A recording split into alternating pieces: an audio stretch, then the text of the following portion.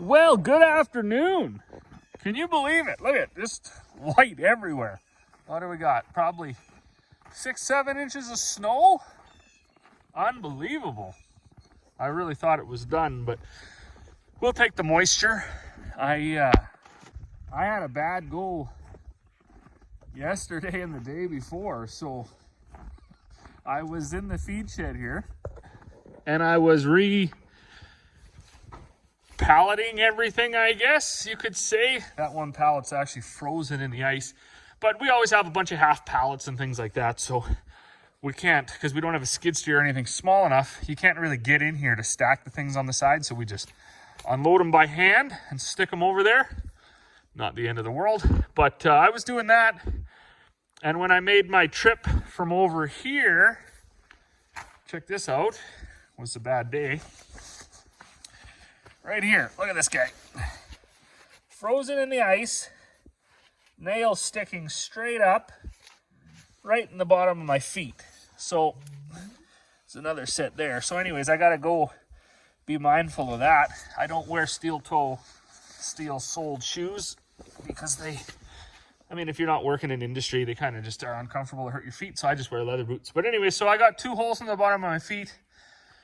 Thankfully, 2 years ago when I fell off the seed cleaning shed and smashed my face on the ladder on the way to the ground and then hit the ladder off the ground into my face, ended up with all them stitches. I got a tetanus shot then. So I'm current on that. So that was like efficient, I guess. No time like now to step on nails if you want. But anyways, it's pretty organized in here. Then because my foot was sore, and it was snowing all day yesterday and actually most of the day today, I wanted to, we have a Lincoln gas welder generator thing, and I'm pretty sure it's like from the early 70s. So we had taken it in maybe 10 years ago to a welder repair guy. He cleaned it all up and he actually like repainted it and powder coated it and put stickers and stuff on it so it looked brand new. And it worked really well. It used to sit over in the shed over there, and I'd fire it up and use it to run those battery maintainers or whatever. But I went to fire it up last summer, and it wouldn't generate power.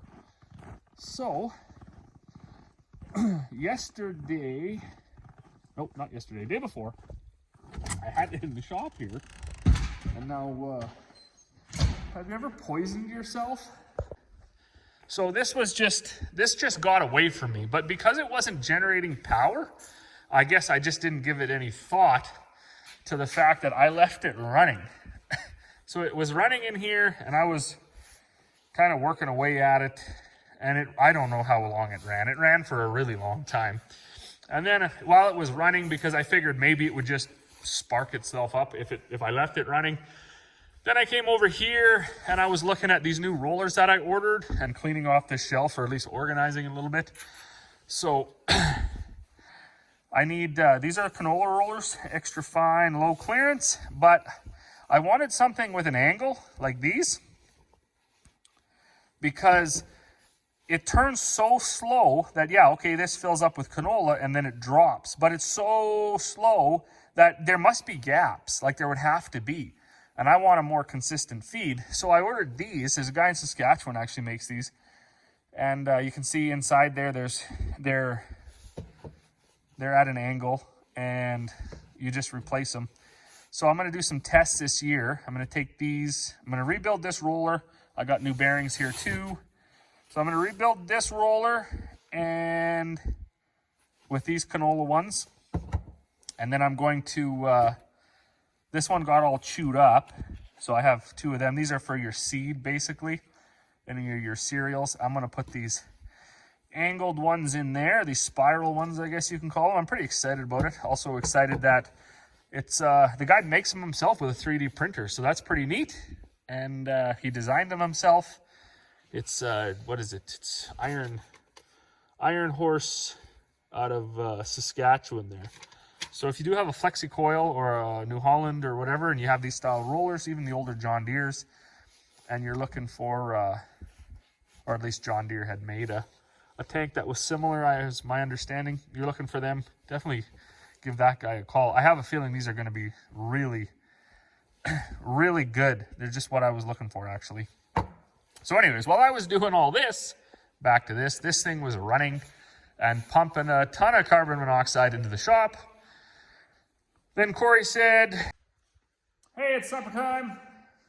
So I went in and I had supper. And then this was odd, now that I think back to it. She was watching TV and I was just like, oh man, I'm tired. So I just got up and I went to bed. And when I woke up in the morning, holy man, was I sore. And for some reason, all I could taste was popcorn, but I never had any popcorn. So then I thought back, I thought, oh man, I poisoned myself. Like, carbon monoxide poisoned myself.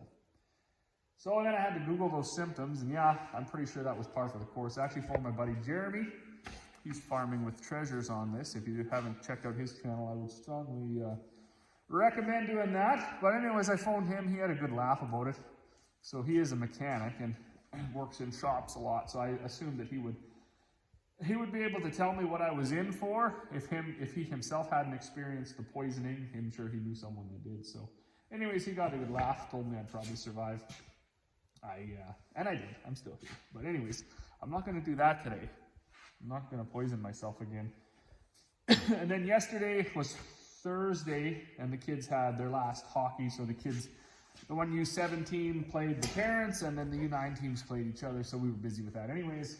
And it was snowing, it was cold, snowed for 3 days. It's been like minus 15, so haven't been doing too much. Now, I was on the internet, and I don't know about exciting a generator, but I have been told that some of these old generators, you actually have to do that. And what the one guy did was he just plugged a drill into here. I think it was running, and then spun his drill backwards, and that's what did it. I don't know anything about this, so if that's just totally ridiculous, don't laugh at me. I'm going to try that now because I got my grinder plugged in and it doesn't work. So I'm going to go find myself a drill, and then I'm going to fire this up. I'm going to crack the door today, though, because I don't feel like having any more carbon monoxide exposure. I did not feel good yesterday. So I'm going to open the door up, fire this up, spin that drill backwards, and see if it works.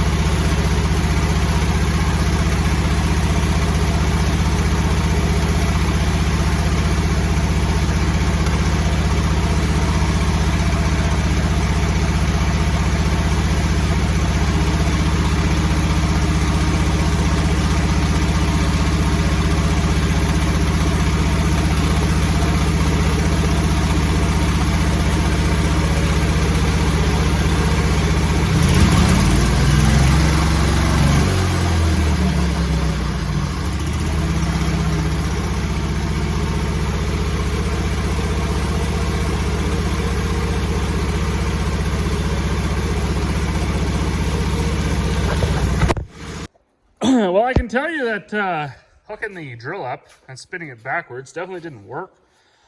However, putting like power to it definitely made something go bang inside. So I don't know, either just wrecked it or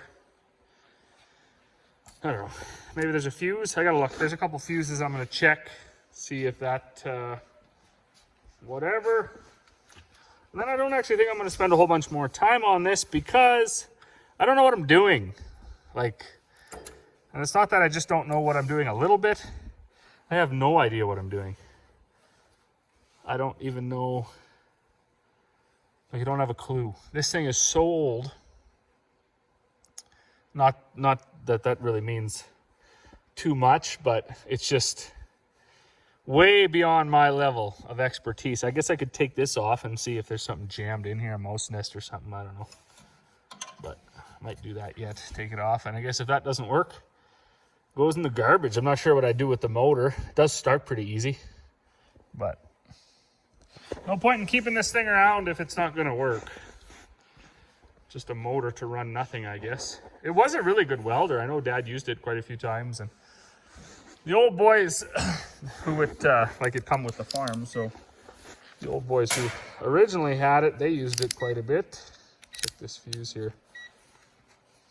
I'm getting a bit concerned because apparently once your body fills up with its maximum amount of carbon monoxide that it can handle for the season, you become quite susceptible to it, is what I was told.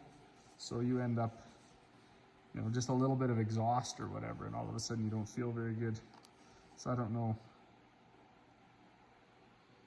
if it's just a placebo thing or what, but I already don't feel like 1000%. Maybe this fuse blew up. Let's have a look here.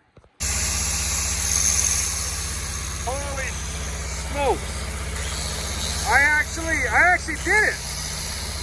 I got it working. That's amazing. And I didn't poison myself yet. I got the door open.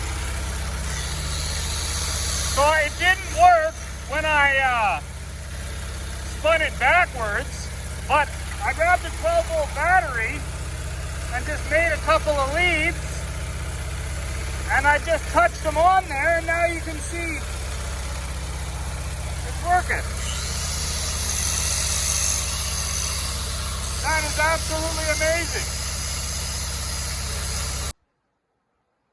All right, well, I don't know if that's crazy. So I did, I tried what the internet said. I plugged in a drill or grinder or whatever, pulled the trigger, spun it backwards, didn't work. Pulled out these fuses, and these things are like old school. These are like rebuildable fuses. You unscrew here. So this one is blown, but it only ran this 230-volt plug anyways.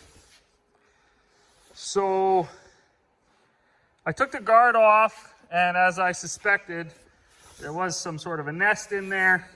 I cleaned that out. I still had nothing. But then I took this 12-volt battery, and I just built this out of I think it was a cigarette lighter or whatever. And I just touched it to either side of this plug-in, and it sparked, and this made like it like geared down or whatever. I'm assuming whatever kicks in on a generator kicked in, and it started, yeah, the grinder started working. So I am like kind of right here. I'm going to start it up again, and we'll see if it works here. We can't get too excited.